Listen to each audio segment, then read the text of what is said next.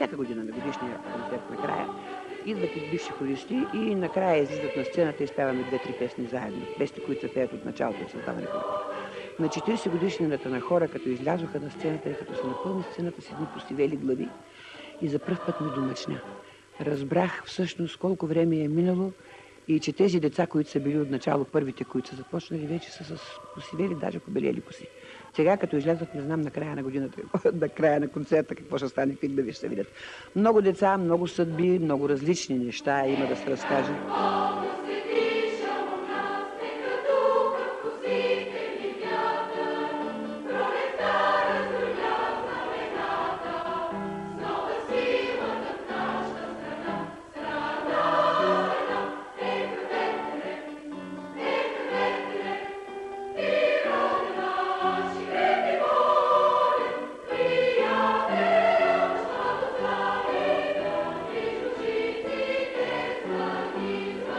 За мен е, как да ви кажа, хора не е бил никога нито начин за, както е модерно сега да се каже, да се осъществи човек, нито начин да печеля пари, там съм най-слаба и те страдат покрай мене.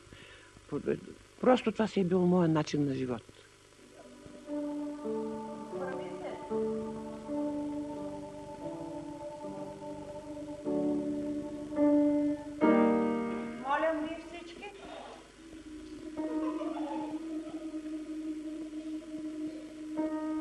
Не ми харесва.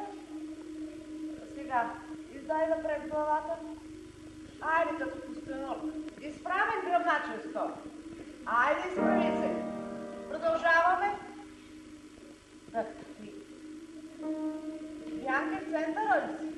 Аз не мога да разделя децата на поколение, но има едно нещо, което мога да преценя. Даже когато им се сърдя, например, на тези деца сегашните, им казвам, тези дето бяха преди вас, ако бяха правили все като вас, нищо нямаше да стане от хора.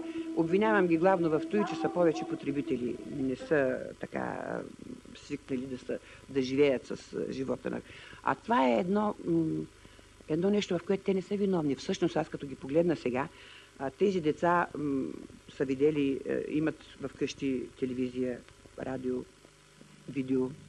Добре, ама тези пък деца тук, на това никакво в духовно отношение време. Че това, което тия деца правят сега при тия условия, фактически сега го виждам по някакъв път, като се да гледаме, даже повече от това, което са правили първите, които работеха на студено. Прела баба, 3 недели, прела баба, 3 недели,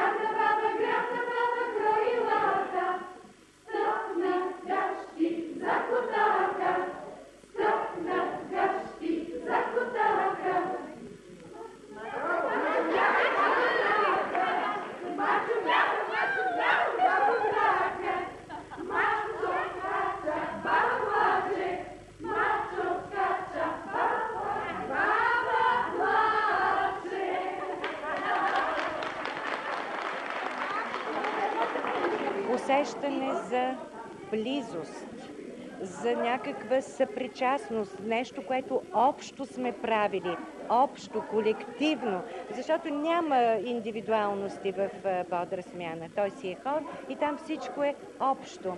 Ние сме едно голямо общество, бившите смяници, даже аз понякога се чувствам, че това е с структурата на мафията даже. И навсякъде сме, помагаме си. кой с каквото може. Ние се чувстваме не само духовно свързани, но ние се чувстваме като едно действително голямо семейство. Никога няма да го забравя това свое щастливо детство. Бодра смяна.